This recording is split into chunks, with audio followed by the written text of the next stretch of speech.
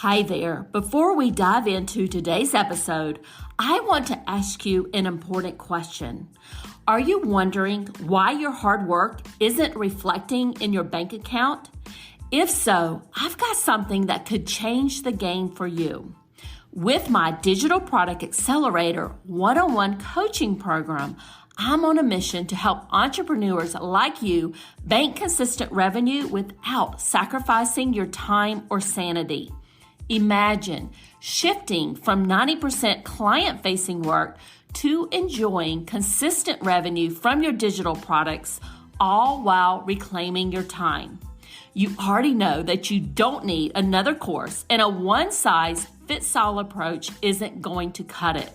What you need is a strategic, long-term plan tailored just for you.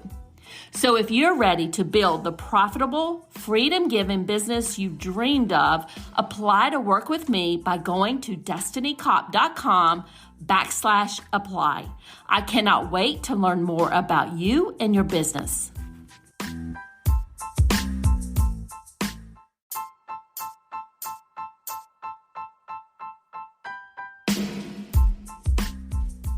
Welcome to the Course Creators MBA podcast. I'm your host, Dr. Destiny Kopp, and I help business owners increase their revenue with digital products and automated sales funnels.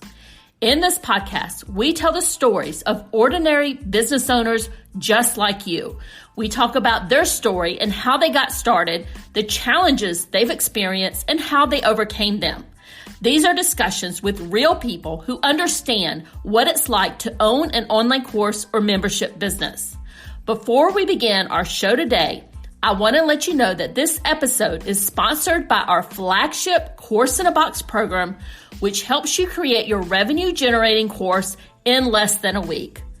Course in a Box is available on AppSumo at a special deal, and you can learn more about Course in a Box by visiting the link in the show notes. Let's jump right into our show.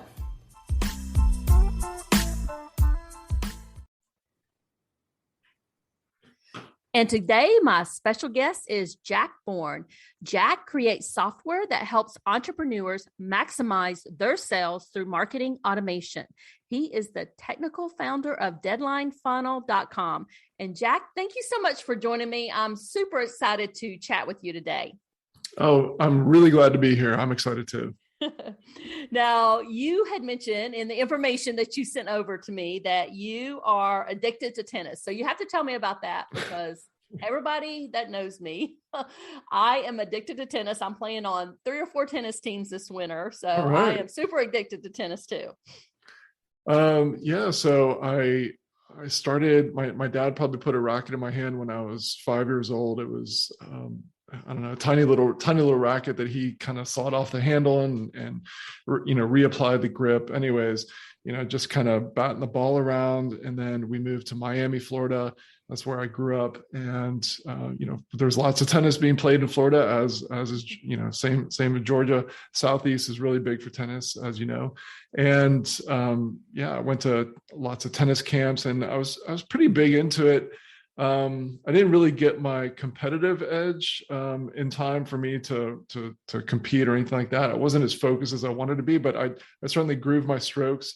I lost interest in tennis around the time that I started discovering dating. So around like 14, 15, 16, tennis took a back seat. And I picked it back up again many years later when my wife started getting into tennis. She said, I think I'm going to pick up some tennis. And I said, well, hey, I'll get back into it too. And I really dove into it. I probably became as good as I've ever been about 3 or 4 years ago. Just took a lot of lessons and just played a lot of high level tennis. By high level tennis, I don't mean I was high level. I played with some very elite college tennis players who happened to hang out at the club that we were at. So it was just an opportunity for me to really get in shape and just really get super fanatical about tennis. So in Australia, do they have tennis leagues like they do here in Atlanta? And I know they have them in Florida too.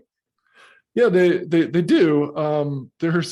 So one of the crazy things about Australia, it's about the same landmass as the US, a little bit smaller, but about the same.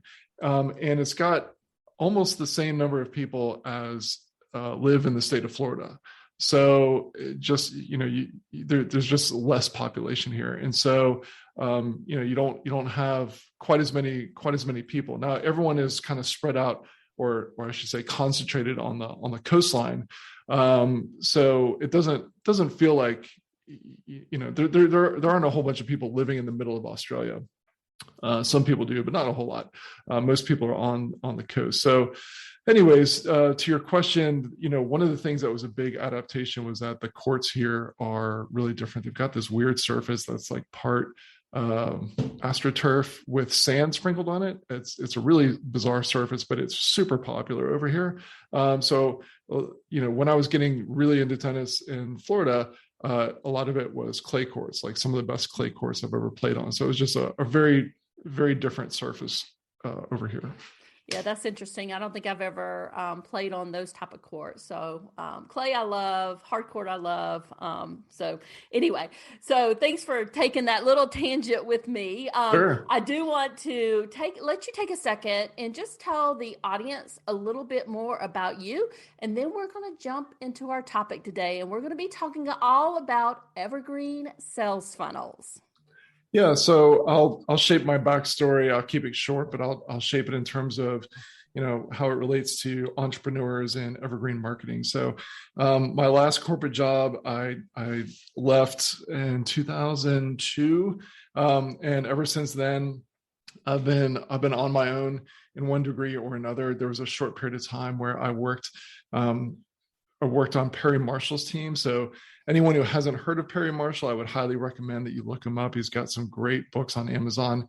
I would recommend the 80/20 sales and marketing book. So I was on his team for about 6 years, but I was an entrepreneur before that. I still had my entrepreneurial side hustles while I was working on his team. And then I dove, head first into software about halfway through my 6 years working with him.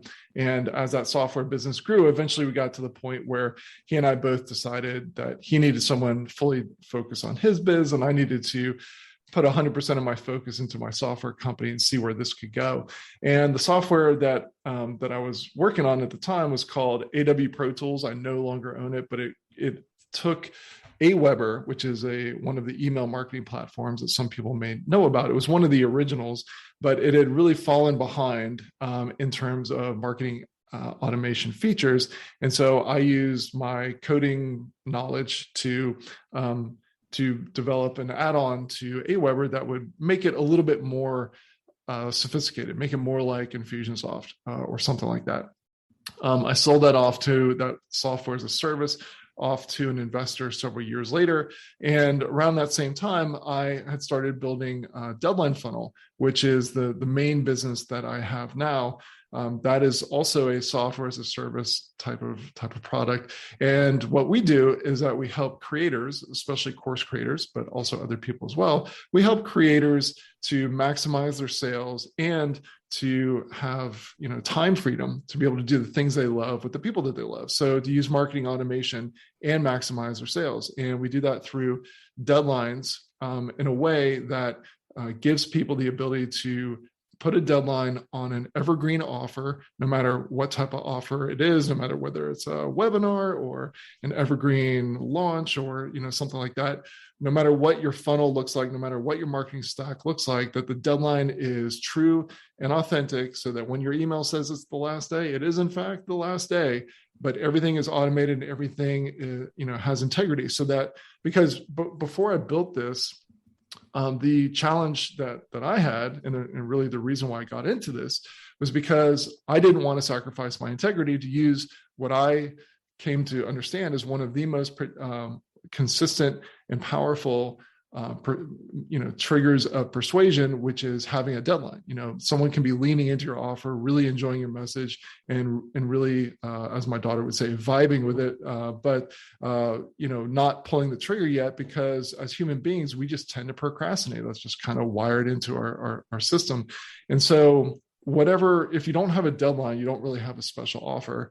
And in order to maximize your sales, you want to put a special offer in front of someone with a deadline, because that's going to motivate someone to take action. The thing that you don't want to do is you don't want to signal that you have a deadline when in fact that you don't. You don't want to tell someone, hey, see this clock, when it reaches 0, you no longer can get this. And then for them to find out later, oh, wait a second, I actually could. That was a lie.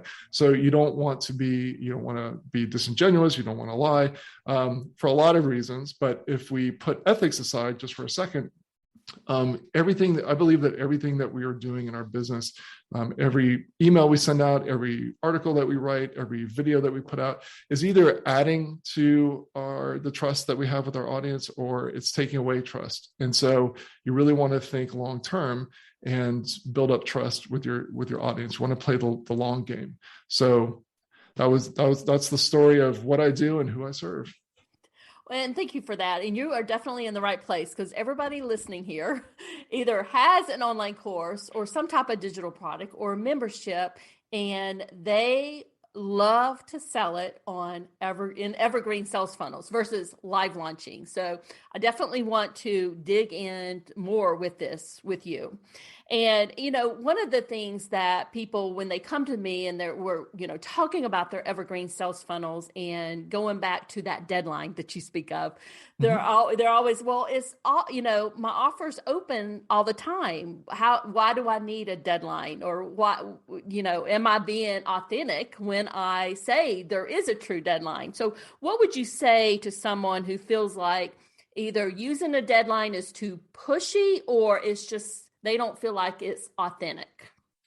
Yeah. So several things. So first of all, I think back to, I'll tell a quick story, and again, I'll make this brief, but one of the other addictions that I have that I'm very happy to be addicted to is kite surfing. And for years and years and years, when I was growing up in Florida, I moved from Miami to St. Augustine, and I would watch people every now and then kiting on the beach, and it looked like tons of fun. I'm like, man, that looks like so much fun. One day I'm going to do that. And I kept year after year. One day I'm going to do that. One day I'm going to do that.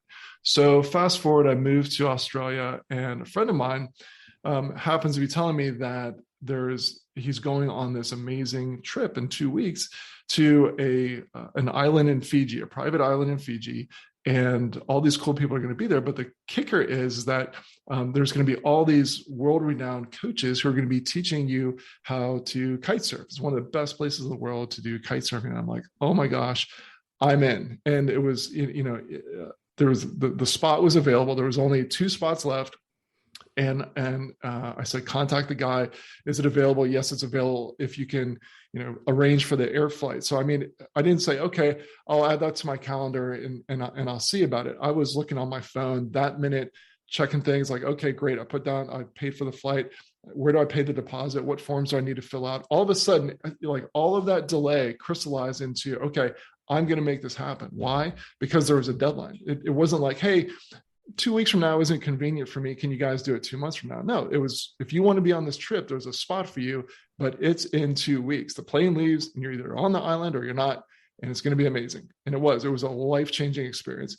And that's really, I think that experience really encapsulates what a deadline can do. Like it's not that he had to convince me, hey, by the way, you should really be interested in kite surfing. He didn't tell me that. I was interested for a long time. It wasn't until there was that deadline that I said, yeah, I'm taking action on this.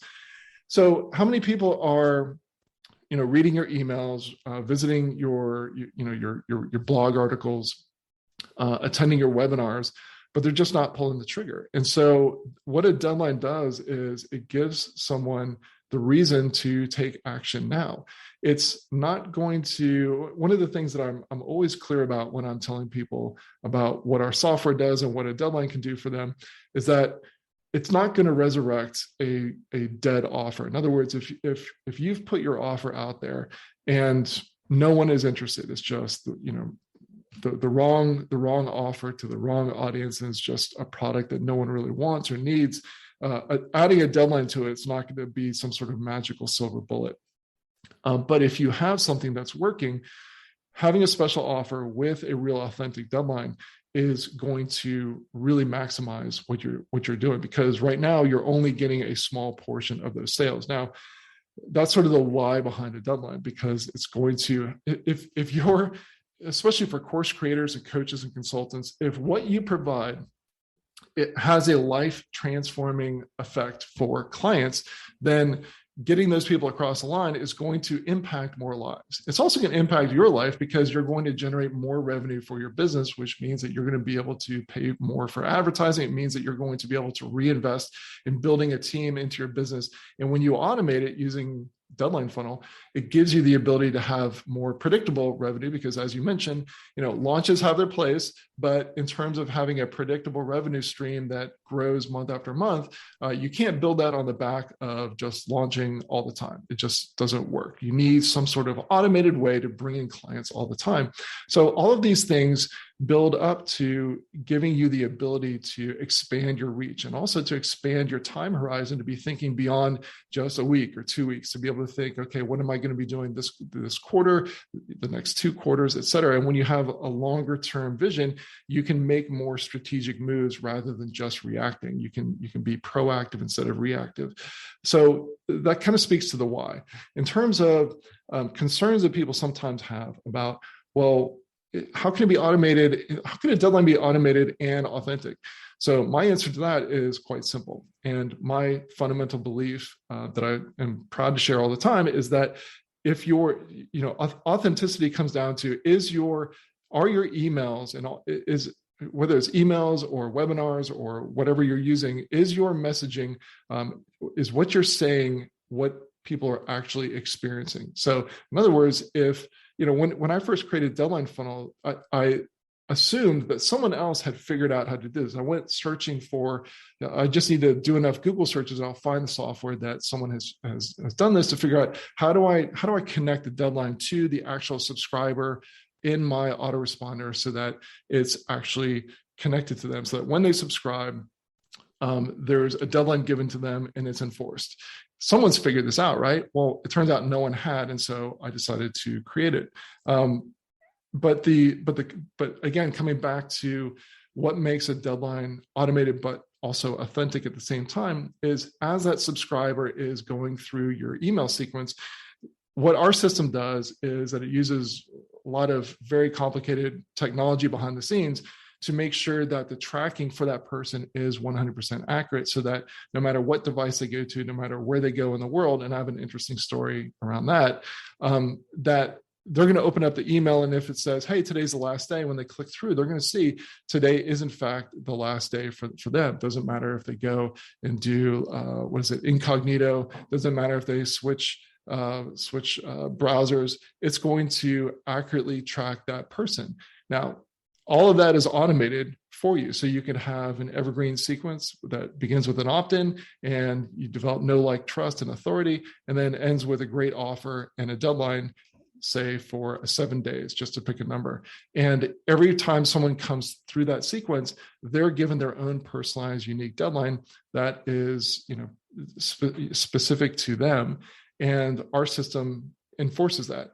And so that's how it can be both automated and authentic. So did that answer both sides of that question? Yeah, and I think that was great. And as you were going through that, I was thinking about it, for the audience here, one of the ways that they could even make it clear, very clear to the person opening up that email, they could give them like $100 off by this date. And if they come back and somehow they click on that offer after that deadline, and it'll be redirected to a different page where that $100 off offer is gone. And that makes it very true for that customer and very authentic for that customer.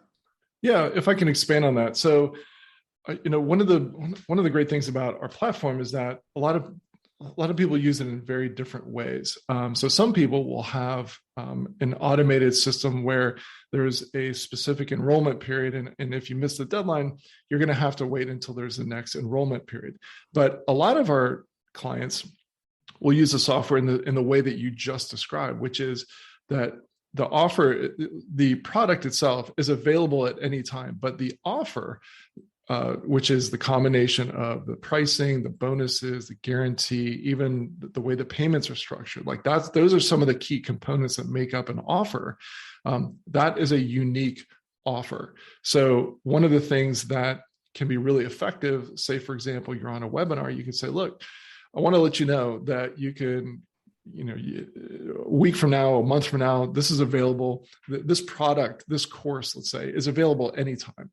However, the reason why I want you to buy right now is because you're on this webinar. I have a special offer for you. And let me share that with you and tell you what it is. And so you explain what the special offer is, and they can go and take a look on your website. In fact, I would, it's usually very powerful to say, look, go to our main website and click on the product or the pricing, and you'll see that normally these 5 bonuses that you're getting tonight on this webinar are not included, and the special discount, because Destiny is normally isn't included. And so these are the things that make this a special offer. But like all good things, like all special offers, there is a deadline, and so the deadline is tonight at midnight or whatever.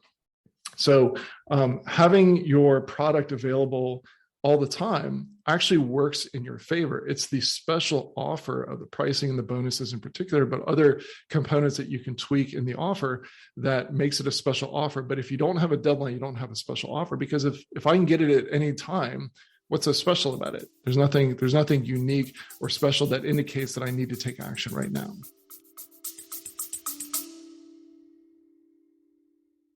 Hey there, Destiny here, and I'm the host of the Creators MBA podcast.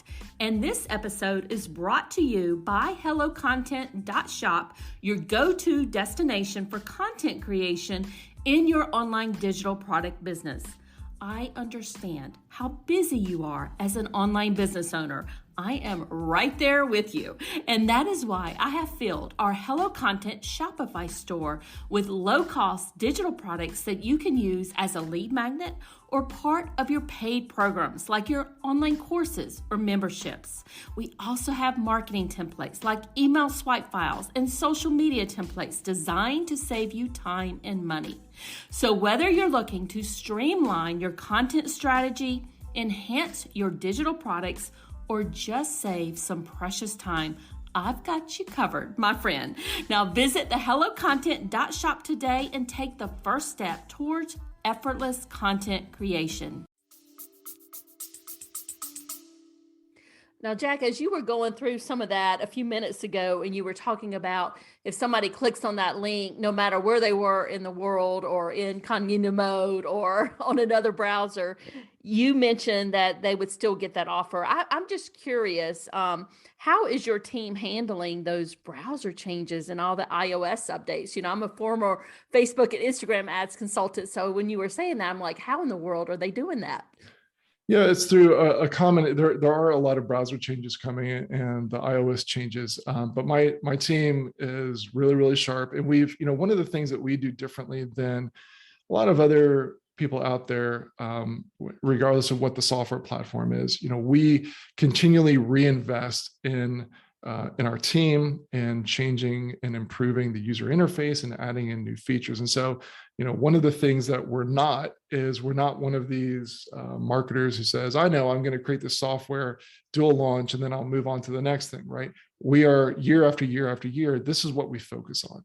And so we by doing that, we can do things like stay ahead of the browser changes. And the way, it would get very technical, but basically there's at least 5 key indicators that we use to track someone. And so, yeah, we've made some major infrastructure changes over the past year and a half to stay way ahead of that. Luckily, the browsers announce what the changes are, if you're paying attention, 6, 12, sometimes 18 months ahead of schedule to give people time to adjust if you're paying attention. It's still a painful process and it's a big investment on our part, but when accurate tracking is a big part of what we deliver, we need to make sure that we stay on top of that, and we definitely have.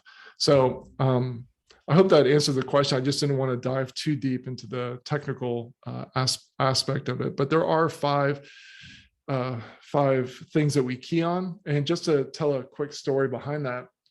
So pre-COVID, I took a trip from the US. Actually, we flew back to see family. And so on the way back, I decided I'm going to do a demonstration. So I turned on my iPhone and had my daughters record me starting as a prospect in active campaign in a 5-day evergreen sequence.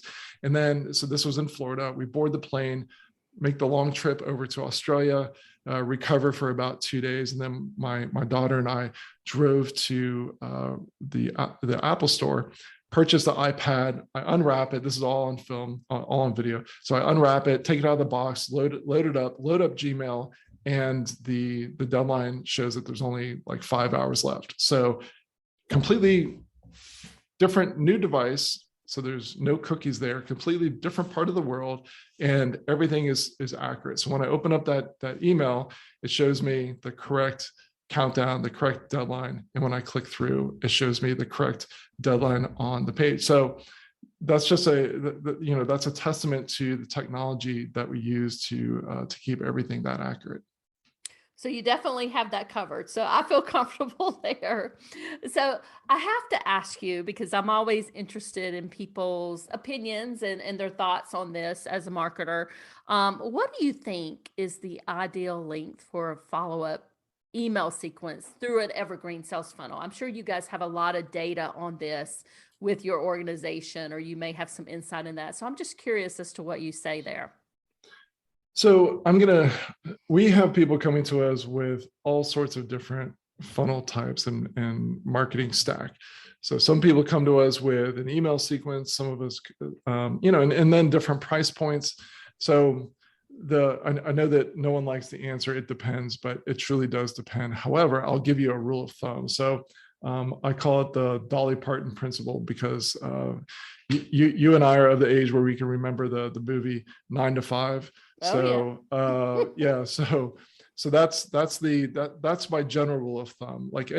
So if we're talking about an evergreen email sequence to someone who has really just opted in for the first time, then any less than 5 days, then typically it's challenging to get your message across, develop know, like, and trust, demonstrate authority, possibly deliver some case studies, and then make your offer all within 5 days. So typically you need at least 5 days. And then anything longer than 9 days for that particular sequence, typically it's just too long for someone to continue to give you their attention. Like they're either in or they're out. So that's my general rule of thumb is 9 to 5. Now, other factors that can really influence that would be things, I mentioned this before, but one key would be the price point. Also, it's really important to consider how the message is being delivered. So let's talk about the price point first. Typically, the lower the price point, the less education is required, the less convincing is required. So as an example, some people will go from a free opt-in to what some people call a tripwire, which would be a low priced offer. Now, what is low price? It's different for different markets. So low price might be $7, it might be $70, it just depends on the market. But typically in the range of, I would say, $7 to maybe $27, would be if it's really well matched to what they opted in for. And if it's really easy to understand, it delivers a lot of high perceived value and real value. It's what I call like a microwave product. In other words, you're going to get the results quickly. It could be a cheat sheet. It could be a whole bunch of things, but basically something that's going to deliver a lot of value in a very short period of time. Then you could have a very high converting tripwire page on the thank you page after the opt-in. And that would be a scenario where you're not going for days, you're going for minutes. So you might have a 12-minute video explaining what it is and maybe a 15-minute countdown right there on the page. On the other end of the spectrum, if you're selling something for $2,000, in most markets, that would be considered more on the expensive side. And so you would probably need several days to explain that. Now, if you're doing a webinar, a lot of that know, like, and trust and developing authority and all the other things you want to do in your marketing process can be compressed down into 60 to 90 minutes. And so if you're really, really good at on a webinar, you could compress that down and maybe have the deadline be that night, or a lot of times it's pretty common to have emails that go out for the replay. And so you might have 2 days after that.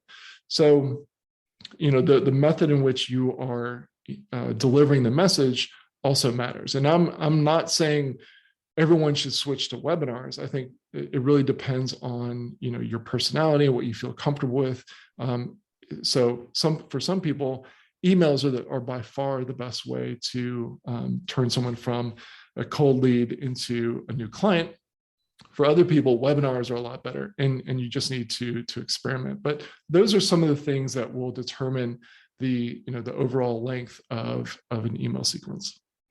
So thank you for that. And I love the kind of the baseline that you gave us, anywhere from like 5 days to, getting up there to like maybe 8 or so, but not more than 9. So, and I like that. And I like what you said about the webinar. And generally what I tell folks, if you're trying to sell a higher price course, I generally say, definitely $499 up to $2,000. I generally recommend that you have a webinar with it for a lot of different audiences.